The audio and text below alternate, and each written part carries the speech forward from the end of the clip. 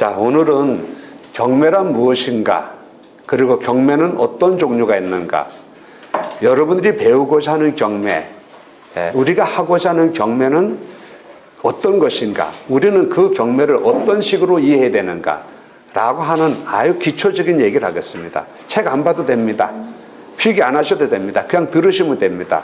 그리고 오늘 수많은 얘기들이 막 나올 때 그 용어들의 수많은 낯선 용어들 이런 것이 나온다 하더라도 용어에 치지 마시기 바랍니다. 그냥 들으시기 바랍니다. 경매란 무엇인가 라는 얘기부터 갑니다. 경매라고 하는 것은 경쟁 매매의 준말입니다. 경쟁 매매의 준말. 그래서 경매입니다. 일반적인 매매는 매도인과 매수인이 1대1의 관계에서 계약을 체결하죠. 그러나 경쟁 매매인 경매는 매도인이 여러 명이거나 매수인이 여러 명이거나 또는 매도인과 매수인이 각각 여러 명일 때에 그 중에서 가장 유리한 조건을 제시하는 사람하고 계약을 체결하겠다라고 하는 특별한 경쟁 방식의 이런 매매, 이를 경매다라고 부릅니다. 그럼 경매는 매매한 종류다라는 얘기입니다. 그럼 특수한 매매인 경쟁 매매인 경매는 일반적인 매매하고 어떻게 다른가라는 얘기입니다. 일반적인 매매에서는요, 모든 매매의 조건들이 매도인과 매수인 두 사람의 자유로운 의사의 합치에 따라서 결정되게 됩니다. 당사자들이 매매의 조건들을 정한다라는 얘기입니다. 계약 조건들을 당사자가 정한다 이 말이에요. 예컨대 이런 거예요. 갑이라는 사람이 이런 부동산을 갖고 있다가 이런 부동산을 A라는 사람한테 팔고자 합니다. 그럼 두 사람이 뭐를 정합니까? 이 부동산에 사고 팔고자 하는 부동산의 금액을 얼마로 할 것인가를 정하겠죠. 그죠? 그럼 얘는 야 5억 5천 달러 4억을 하자. 그래서 그러다 야 두 사람 사이에 이 금액을 5억으로 하자라고 합의를 했습니다. 매매 대금을 금액을 당사자가 정한다 이 말입니다.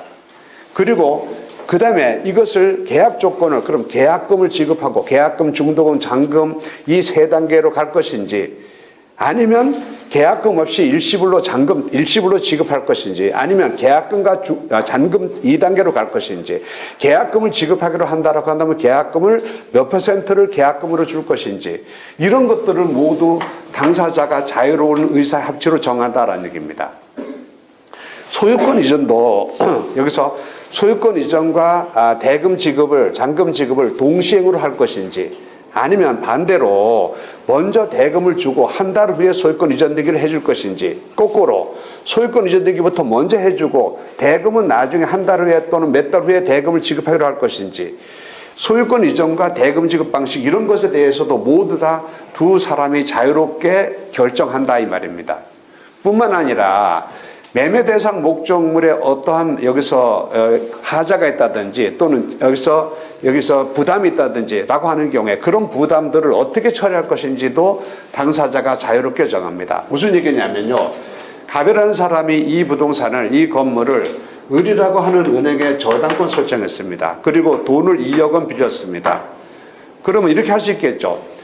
갑과 A 두 사람 사이에 자 저당권을 모두 말소시키고 내가 중도금 지급할 테니까 이 돈을 모두 갖고 저당권을 말소시켜서 깨끗한 부동산으로 나한테 넘겨라. 서로 그렇게 하자라고 합의했습니다. 그럼 여기서 나중에 소유권을 넘길 때 갑은 자 중도금 등을 받아가지고 2억 원을 변제하고 깨끗한 부동산으로 만들어서 갑이 A에게 5억 원의 소유권을 넘기겠죠. 근데 두 사람 사이에 이 저당 채무를 끌어안고 사기를 하자 이렇게 결정할 수 있잖아. 그럼 어떻게 되는 겁니까? 2억 원 빚 끌어안고 사는 거니까 5억에 사는 건데 2억 원 빚을 끌어안고 사는 거니까 실제로는 3억 주고 사겠죠. 저당권을 끌어안고 살 것인지 변제하고 깨끗한 부동을 살 것인지를 당사자가 합의로 정한다 이 말이에요. 또 여기에 만약에 병이라고 하는 임차인이 있다고 한다면 이 임차인을 내보내는 조건으로 매매할 것인지 아니면 임차인을 끌어안는 조건으로 매매할 것인지 이런 것들도 모두 당사자가 자유로운 의사합치로 정할 것이다 라는 얘기입니다. 일반 매매에서는 따라서 매매 모든 조건을 당사자가 자유롭게 정합니다. 그러나 경매에서는 특수한 매매 방식인 경매에서는 이게 이루어질 수가 없습니다. 예컨대 이런 겁니다. 보세요. 갑소의 부동산에 대하여 을이라는 사람이 여기서 저당권 설정했습니다. 자, 저당권자가 여기서 돈 받을 거 있다라고 해가지고 저당권 실행 경매로 저당 목적물에 대한 경매를 법원에 청구했습니다. 그리고 이 부동산이 경매로 나오게 되어서 X라는 사람이 이것을 낙찰받게 되었는데, 그럼 여기서 지금 갑의 부동산이 경매를 통하여 X라는 사람한테 낙찰된다고 한다면 얘가 매도인격이고 얘가 매수인격이죠. 이 경매에 있어서 이와 같은 사람을 경매 절차에서의 매수인이라고 부른단 말입니다. A와 같은 매수인, 같은 매수인이라고 부른단 말입니다. 그러면 경매에 있어서 이 부동산을 사고 팔 때 두 사람 사이에 채무자인 소유자와 낙찰자 사이에 경매로 나온 이 물건의 금액을 얼마로 할 것인지 둘이서 정할 수 있습니까? 시스템 자체가 정할 수 있는 겁니까? 정할 수 없는 거죠. 그리고 경매로 나온 이 부동산을 얼마에 사고 팔 것인가, 얼마짜리를 볼 것인가는 어떻게 정하는가? 법원에서 어떤 부동산에 대하여 경매가 개시되게 되면 감정평가사로 하여금 감정평가하게 합니다. 그럼 전문가인 감정평가업자가 이 부동산을 감정평가하여 이 부동산의 가격을 5억이다라고 감정평가하게 되면 법원에서 이 감정평가한 금액을 최저 매각가격으로 삼아서, 자, 아까도 잠깐 얘기했죠? 이런 수많은 용어들이 막 나온다라고 하더라도 겁먹지 마세요. 따로 공부하려고 하지 마세요. 나중에 되다 보면 이 과정을 다 마칠 때쯤 되게 되면 여러분 입에서도 제가 하는 이런 경매 용어들이 술술술 나올 거야. 자연스럽게 술술 나올 거니까 막 따라 적고 외우려고 하지 마시라고요. 자, 그냥 지금은 모르는 용어들이 나온다 하더라도 그냥 들으세요. 5억으로 감정평가했으면 이것을 최저 매각 가격을 이걸 5억으로 한단 말입니다. 제1의 매각기일에 5억으로 하여 경매를 진행합니다. 자, 5억으로 하여 경매를 진행하는데 이때 돼가지고, 자, 이게 감정가로 제1의 매각기일에 5억을 한다라고 한다면 이것은 감정평가가 이 부동산의 가격을 정확하게 감정평가한 것이다라고 한다면 이 물건은 경매로 사지 않고 일반 매매로 산다라고 하더라도, 일반 매물로 산다라고 하더라도 5억 원에 살 수 있다는 얘기죠. 경매로 사는 이유가 뭐예요? 일반 매매보다 좀 싸게 사겠다고 하는 거죠. 그러니까 이게 정확한 금액을 감정하고 있다라고 한다면 5억에 안 살 것 아닙니까? 메리트가 없지 않습니까? 그럼 이때 내가 안 산단 말입니다. 이때 아무도 경매에 참가하지 않는 상태를 뭐라고 하는가? 이걸 매각불능이라고 하고 실무상은 유찰되었다라고 얘기합니다. 유찰되면 이거 비싸서 못 사겠다고 하는 거죠. 비싸서 못 사겠다고 하니까 어떻습니까? 이거를 낮춰서 다시 나온단 말입니다. 20% 저감하는 데도 있고 30% 저감하고 있는 데도 있는데 대구 경북은 30% 저감합니다. 30% 저감하는 서울은 20% 저감합니다. 30%를 저감한다라고 한다면 한 번 유찰되게 되면 3억 5천으로 다시 진행된다는 얘기죠. 그럼 3억 5천 다시 진행되고 3억 5천에서 또 여기서 유찰되게 되면 그러면 여기서 또 다시 30%를 저감해가지고 그 다음에 여기서 해가지고 2억, 자 여기 3억 5천에서 2억 가면서 30% 2억 4,900 이렇게 된단 말입니다. 이런 식으로 계속 해가지고서는 맞나? 2억 4,500 제가 수학은 잘하는데 산수가 좀 약해서 자 이렇게 해가지고 계속 여기서 30% 저감해가지고 낙찰될 때까지 계속 이게 저감해서 나온다라는 얘기입니다. 그러면 여기에서 그럼 경매에 참가하고자 하는 사람은 자, 우리 일반적인 매매에서는 이 매매 가격을 당사자의 합의로 정한다고 했었죠. 경매에서는요, 이 금액을 누가 정한다고요? 감정평가가 정한 것을 법원에서 그거를 매매 가격으로 정한다는 얘기입니다. 그 다음에 일반 매매에서는 계약금을 지급하기로 할 것인지, 계약금을 지급한다면 얼마를 지급할 것인지 이것을 당사자들이 합의로 정한다고 했었죠. 경매에서는 합의로 정할 수가 없으니까 어떻게 하는가? 경매에 참가하고자 하는 사람은 최저 매각가격의 10%를 보증금으로 내고 경매에 참가해야 돼. 요게 그러니까 제1의 매각기일의 최저 매각이 5억이다라고 한다면 이때 경매에 참가하고자 하는 사람은 5억의 10% 5천만 원을 보증금 내고 경매에 참가해야 돼. 그럼 이 얘기를 한번 유찰돼가지고 70% 되었다. 그럼 이제 최저 매각가격이 3억 5천이죠. 이때 경매에 참가하려고 하는 사람은 3,500만 원을 보증금으로 내고 참가해야 된단 말입니다. 여기는 계약금을 어떻게 할 것인가라는 걸 당사자가 정하는데 여기서는 이 계약금과 마찬가지 입찰 보증금을 어떻게 할 것인가라고 하는 것을 모두 매각 조건을 법에서 정하고 있다라는 얘기입니다. 자, 그 다음에 아까 여기 저당권이나 임차권이 있을 때 저당채무를 끌어안고 살 것인지 아니면 이 임차인을 내보내는 조건으로 할 것인지 끌어안고 살 것인지 이것을 당사자가 합의로 자유롭게 정한다고 했었죠.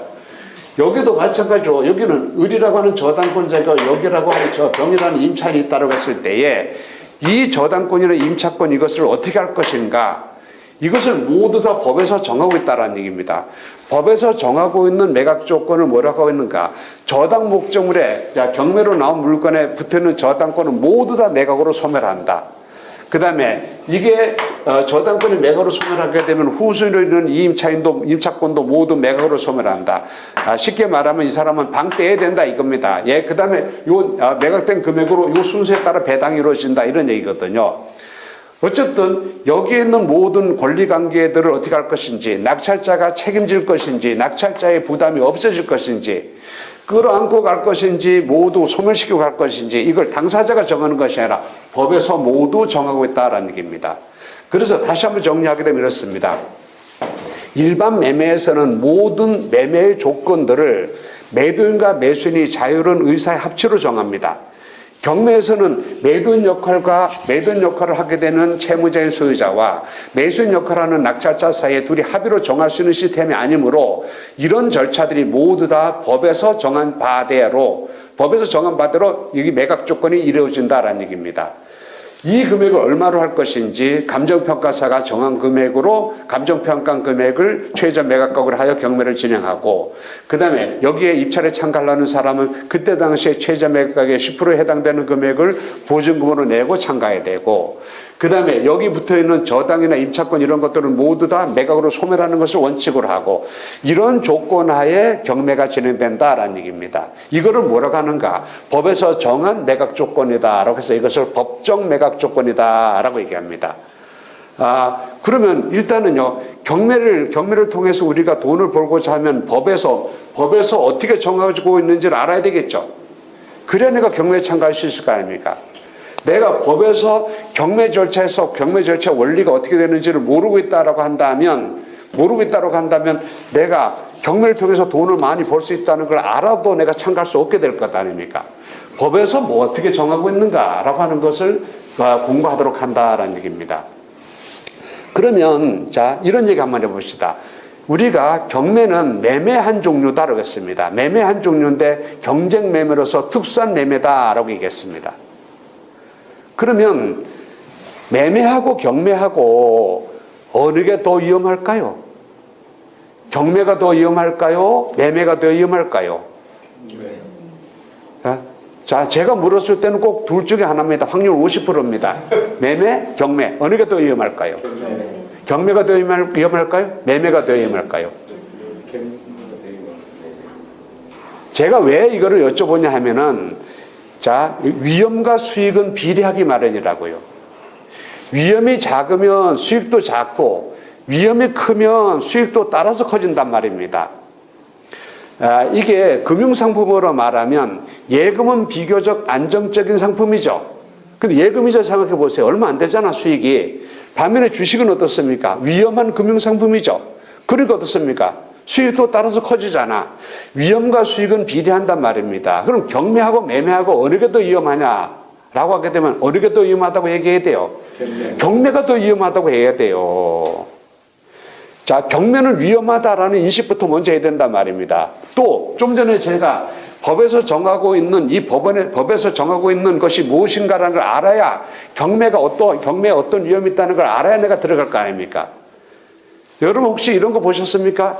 길거리를 보게 되면 해가지고 여기 전봇대에 해가지고 여기다가 문어발 쭉 달아가지고 전화번호 적어가지고 적어놓은 거 있습니다. 아파트 5억. 자, 아파트 감정가 5억. 최저가 3억 5천 해가지고 여기 문어발 막 달아놨습니다. 그 많은 사람이 생각할 때 어떻게 생각합니까? 5억짜리 아파트를 경매로 3억 5천에 살 수 있다. 이렇게 생각하죠. 그죠? 그래서 문어발 떼가지고 가잖아. 떼가지고 가가지고 3억 5천에 살 수 있습니까? 전화하잖아. 지금 무슨 얘기인지 아시겠어요? 5억짜리, 감정가 5억인데 현재 최저가 3억 5천이다. 이 말이 무슨 얘기인지 아시겠어요? 5억짜리 아파트를 3억 5천에 사줄 수 있다는 게 아니고 5억짜리 아파트가 한 번 유찰돼가지고 30% 저감한 금액이 현재 최저가가 3억 5천이다. 이 말이야. 이거를 그냥 모르고 가가지고 5억짜리 아파트 3억 5천에 살 수 있다라고 해가지고 문어발뛰기 가지고 가게 되면 그런 업자들 수익을 올려주는 거죠. 자, 어쨌든 보세요. 경매하고 매매하고 둘 중에 어느 것이 위험하냐라고 물어보게 되면 당연히 경매가 매매보다 위험하다라고 답변하게 됩니다. 그래서 경매가 일반 매매보다 수익률이 커지는 이유는 경매가 매매보다 더 어렵기 때문에 그렇습니다. 그러나 이것은요, 경매를 모르는 사람한테 물어보게 되면 당연히 경매가 매매보다 위험하다라고 답변해야 됩니다. 그러나 경매를 아는 사람한테 물어보게 되면 경매보다 일반 매매가 더 위험하다. 경매가 오히려 더 안전하다라고 얘기합니다. 법에서 정하고 있는 것이 무엇인지를 다 알게 되면 그러면 경매가 오히려 더 안전하다라고 얘기합니다. 예를 들어 볼까요? 매매하고 경매하고 어느 것이 더 위험한가? 매매에서는요, 매매 대상 부동산에 관한 정보를 매도인이 오로지 하고 있습니다. 그래서 매도인이 그 부동산에 관한 정보를 왜곡해서 전달해 주거나 아니면 숨기거나 하게 되는 경우에 매수인은 바로 위험에 빠질 수 있습니다. 자, 제가 상담한 사건 중에서 이런 것이 있습니다. 어떤 사람이 땅을 샀답니다. 땅을 샀는데 자기가 땅을 사기를 이런 땅을 샀다라고 생각했습니다. 근데 자기가 땅을 샀다라고 하더라도 금방 집 짓고 이럴 것이 아니니까 그냥 내비두고 있었답니다. 근데 가보니까 여기서 어떤 사람이 여기서 농사 짓고 있는 사람이 있었는데 2, 3년 정도 사놓고 2, 3년 정도 있다가 이제 내년에는 본격적으로 내가 이 땅을 활용 가치를 내가 누려야 되겠다고 생각해가지고 여기 있는 사람 찾아갔답니다. 가서 안녕하십니까? 농사는 잘 되십니까? 라고 했더니 여기 있는 사람이 뭐 그럭저럭 예. 근데 그거 왜 물어보십니까? 그러더랍니다. 그래서 올해까지만 씨 뿌리고 내년번부터는 씨 뿌리지 마세요 라고 얘기했답니다. 그러니까 여기 있는 사람이 아니 당신이 뭔데 나를 보고 씨를 뿌리라 말으라 얘기를 하냐고 그러더랍니다. 그래서 내가 이 땅 산 사람입니다 라고 했는데 이 사람이 이 땅을 샀다고? 당신이 이 땅을 언제 샀다는 얘기입니까? 내가 2, 3년 전에 샀습니다 라고 했더니 내가 이거 조상제대로 물려받아 갖고 있는 땅인데 내가 판 적이 없는데 당신이 어떻게 샀다는 얘기입니까? 이러더라는 거야. 나중에 알고 보니까 자기는 이 땅 샀다고 생각했는데 알고 보니까 이 안에는 여기 있는 땅을 산 거야. 근데 이 땅을 샀다고 생각한 거야. 실제로 이런 일들이 정보를 왜곡해서 전달하거나 숨기게 되면 매수는 바로 위험에 빠질 수 있습니다. 이런 것도 있습니다. 자, 어떤 부동산을 내가 집을 짓 수 있는 땅으로 알고 샀어. 나중에 보니까 집을 못 짓는 땅이래 이거는. 그럼 어떻게 됩니까? 내가 샀습니다. 사놓고 나중에 집을 못 짓는다고 해가지고 매도인한테 가가지고 내가 집 짓려고 땅을 샀는데 집을 못 짓는 땅이라더라. 나 이 땅 못 사겠다. 돈 다시 돌려달라. 그렇게 할 수 있습니까? 그럼 매도인이 뭐라고 하겠습니까? 그러셨군요. 예, 잘 모르고 계셨군요. 예, 다시 돈 돌려드리겠습니다. 이렇게 합니까? 뭐라고 얘기할까요? 잘 알아보시고 사시지 그러셨어요. 이렇게 할 거 아니냐고. 내가 모르면 바로 위험에 빠진다 이 말이에요.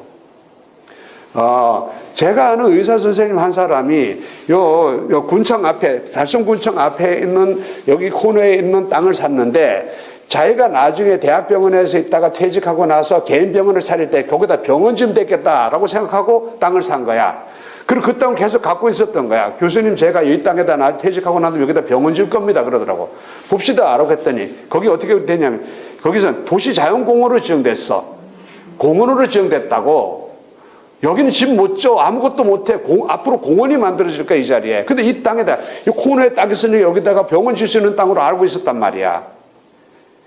다른 사람이 숨기면 내가 모르면 바로 위험에 빠질 수 있단 말입니다. 일반 매매에서는 매매 목적물에 대한 모든 정보를 매도인이 오로지 하기 때문에 그 매도인이 그 정보를 숨기거나 왜곡해서 전달해 주게 되면 매수인은 그 순간에 바로 위험에 빠질 수 있다 이 말이에요.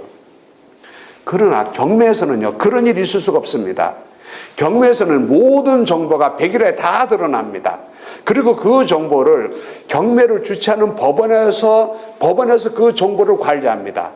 자, 어떤 물건에 대하여 경매가 실시되게 되면 제일 처음에 아까 얘기한 것처럼 제일 처음에 이 부동산이 어떤 부동산인지를 파악하기 위하여 법원에서는 소속 집행관으로 하여금 현황조사하게 하라. 현황조사 명령을 내립니다. 현황조사 명령이라 하는 건 이런 얘기입니다. 공부상의 표시와 실제로 부동산이 일치하는가 안 하는가. 예컨대 실제로 보게 되면 이게 이렇게 될 수 있겠죠. 그죠? 공부상으로는 이게 2층 건물인데 가보니까 한 3층짜리 건물이 있더라. 한 층 더 있더라. 이렇게 될 수 있겠죠. 또는 또 여기서 공부상으로는 한 필지 토지와 두 동의 건물인데 가보니까 한 동의 건물은 존재하지 않더라. 반대로 공부상으로는 한 필지 토지와 건물 한 동인데 가보니까 미등기 건물이 한 동 더 있더라. 이렇게 될 수 있잖아요. 공부상으로는 이게 지목이 전인데 가보니까 이게 집이 져져 있더라. 창고가 져져 있더라. 공부상으로는 지목이 임인데 근데 여기 가보니까 이게 전으로 활용되고 있더라. 이래 될 수 있지 않습니까? 공부상으로 이렇게 땅이 이렇게 생겼는데 옆집에서 이만큼 점거하고 있더라. 실제로는 공부상으로는 땅이 이런 땅인데 실제로 가보니까 면적이 다르더라. 이럴 수 있지 않습니까? 그래서 어떤 물건이 경매로 나오면 법원에서 소속 집행관을 하여금, 옛날에 집달리라고 불렀습니다. 집행관을 하여금 현장에 가가지고 이 부동산이 공부상의 표시가 일치하는가 안 하는가 조사하라고 합니다. 조사하라고 해가지고 그 현황을 법원에다 보고하라고 합니다. 그게 뭐냐면 법원에 조사해서 보고하는 것이 현황조사 보고서라는 겁니다. 현황조사 보고서를 법원에 제출한단 말입니다. 그 다음에 이 부동산의 가격이 얼마인지를 확인하기 위해 법원에서는 감정평가서로 하여금 이 부동산을 감정평가하게 합니다. 그래서 감정평가서를 법원에 제출하도록 합니다. 감정평가서가 감정평가에 이 부동산의 가격은 5억이다 라고 감정평가하게 되면 그 감정평가액을 참작하여 최저 매각가를 정하여 경매를 실시한다는 얘기입니다. 즉 이 금액이 얼마짜리냐라는 것을 여기서 전문가인 감정평가를 업을 하는 전문가가 이 금액은 얼마짜리라고 해가지고 그래서 이 경매로 나온다 이 말이에요.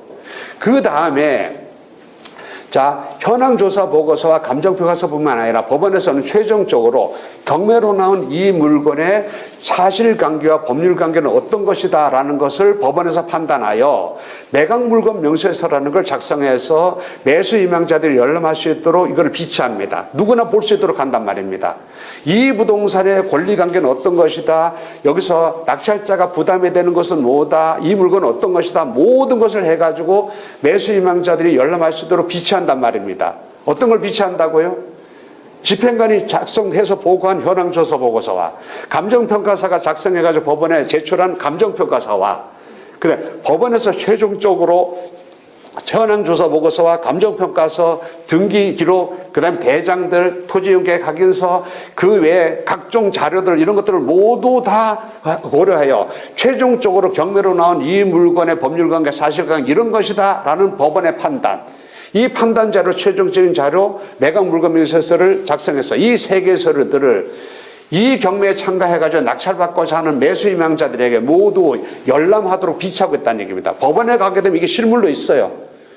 또 법원에 가지 않는다 하더라도 인터넷 자료로 대법원 경매정보 사이트 들어가게 되면 이런 자료들이 컴퓨터 안에서 다 확인할 수 있다는 얘기입니다. 자, 아까 뭐라고 했습니까? 일반 매매에서는 매매 목적물에 대한 정보를 매도인이 오롯이 하죠. 경매에서 보면 어떻습니까? 경매 목적물에 대한 모든 정보를 법원에서 관장한단 말입니다. 전문가인 집행관에게, 전문가인 감정평가사에게, 그 다음에 법률적인 전문가인 법원에서 최종적인 검토를 하여 이렇게 자료를 만들어서 열람을 위해 비치한단 말입니다. 그리고 이러이러한 것이다라고 비치했는데 나중에 내가 낙찰자가 낙찰받고 보니까 현황조사서에 나온 것처럼, 감정평가서에 나오는 것처럼, 매각물건명세서에 나온 것처럼 그 기록과 달라. 그 기록과 다르다라고 한다면 내가 법원에 대하여 야, 이들 매각물건 명세서는 법원에서 열람을 비치한 자료에는 이렇게 적혀 있는데 내가 낙찰받고 와서 보니까 사실과 다르더라. 나는 이런 물건을 내가 이런 물건인 줄 알았다. 이런 물건인 줄 몰랐다. 니들이 왜 이걸 똑바로 자료를 제대로 여기서 기재하지 않았는가? 나 낙찰 못 받겠다. 그럼 나 보조금 돌려달라. 그 바로 돌려줘야 돼. 아까 얘기했었죠. 여기 집을 못 짓는 땅인지 모르고 샀는데 내가 이걸 물려달라라고 하게 되면 뭐라고 합니까? 물려줍니까? 안 물려주잖아. 잘 알아보고 사실지 그러셔서 이렇게 하잖아요. 경매에서는요, 모든 자료들을 다 제공하고 이 법원에서 제공한 자료들이, 기록에 있는 내용들이 실제 상황과 다르다라고 한다면 법원에서 책임을 져준다 이 말이에요. 그럼 다시 여쭤보겠습니다. 경매를 내가 이런 법원에서 제공하는 이런 것들을 내가 다 확인할 수 있다고 한다면, 경매 절차가 어떻게 되고 시스템이 어떻게 된다는 것을 내가 모두 다 알게 되면 그러면 뭐가 더 위험하겠습니까? 뭐가 더 안전하겠습니까? 경매가 오히려 안전해. 경매를 모르는 사람한테는 경매처럼 위험한 게 없어. 그러나 경매를 아는 사람한테는 경매처럼 안전한 게 없다라는 얘기입니다. 그래서 오늘날 경매가 오늘날 재테크의 왕좌적 지위를 차지하게 된 이유가 뭔지 아십니까? 대개 보게 되면 어떻습니까? 하이리스크 하이리턴이잖아. 위험이 크면 크는 만큼 수익도 커지잖아. 수익이 커다란 수익을 누리려고 하게 되면 위험도 따라서 큰 위험은 부담이 된다는 거잖아요. 그러나 경매에서 위험을 내가 인지하고 공부한다라고 한다면 그다음부터 어떻게 되는 겁니까? 오히려 경매가 오히려 더 안전하게 된다는 얘기입니다. 그럼 경매에서 나타나고 있는 위험은 뭐냐라는 얘기죠. 그 위험을 공부하고자 하는 것이 이 안에서 경매를 공부하고자 하는 겁니다. 그 위험을 우리에게 위험하지 않도록 하기 위하여 그런 위험이 뭐냐라는 걸 공부하고자 하는 겁니다. 경매는 일단 위험하다라는 이런 생각부터 시작해야 된다라는 얘기입니다. 근데 그 위험을 알게 되면 오히려 경매가 오히려 덜 위험하고 일반 매매가 오히려 더 위험하게 된다. 수익은 경매가 훨씬 더 높습니다만 그런 위험을 내가 인지하고 위험을 해결할 수 있는 방법을 알게 되면 자연스럽게 수익은 따라서 위험은 크지만 수익도 위험이 줄어들고 수익은 훨씬 더 커지게 된다라는 얘기입니다. 자, 경매하고 매매하고의 차이점에 대하여 얘기했습니다.